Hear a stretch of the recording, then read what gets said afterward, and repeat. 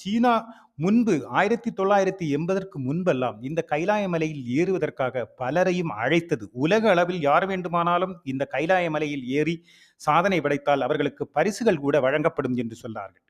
ஆனால் பலரும் முயற்சிகளும் செய்தார்கள். குழுக்கள் குழுக்களாக வந்து முயற்சி செய்தார்கள். ஆனால் யாராலும் ஏற முடியவில்லை என்பதுதான் உண்மை.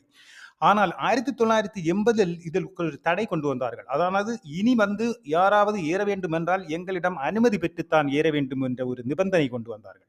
அப்போதும் பல நாடுகளிலிருந்தும் குழுக்கள் குழுக்களாக வந்து ஏறினார்கள். ஏறியவர்களில் பலரும் ஏற முயற்சித்தவர்கள் காணாமல் போனார்கள், அல்லது ஆரம்பத்திலேயே நின்று விட்டார்கள், அல்லது ஏற முடிவு செய்து இங்கு வந்தவர்கள் பாதி வழியிலேயே திரும்பி போனார்கள்.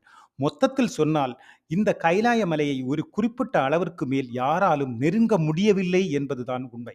அப்படி இருக்கும்போதுதான் ரஷ்யாவிலிருந்து 1999 வாக்கில் டாக்டர் எர்னெஸ்ட் முல்தர் சர்வ் என்கின்ற ஒருவர் தனது பெரிய பரிவாரங்களுடன் இந்த மலையை ஆராய்ச்சி செய்வதற்காகவும் மலையில் ஏறுவதற்காகவும் வந்தார்.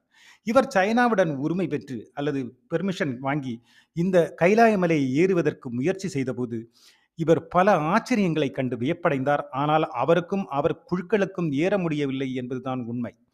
ஏனென்றால் அவர் பல முயற்சிகள் செய்தார், பிறகு அதை பற்றி ஆய்வுகள் செய்தார். ஆனால் அவர் சொன்ன பல விசேஷங்களும் எல்லாம் பெரும் ஆச்சரியத்தை ஏற்படுத்தியன. அதானது அவர் சொல்லி வைத்திருப்பது என்னவென்றால், கைலாய மலை என்பது ஒரு மலையே அல்ல, இது ஒரு பிரமிடு.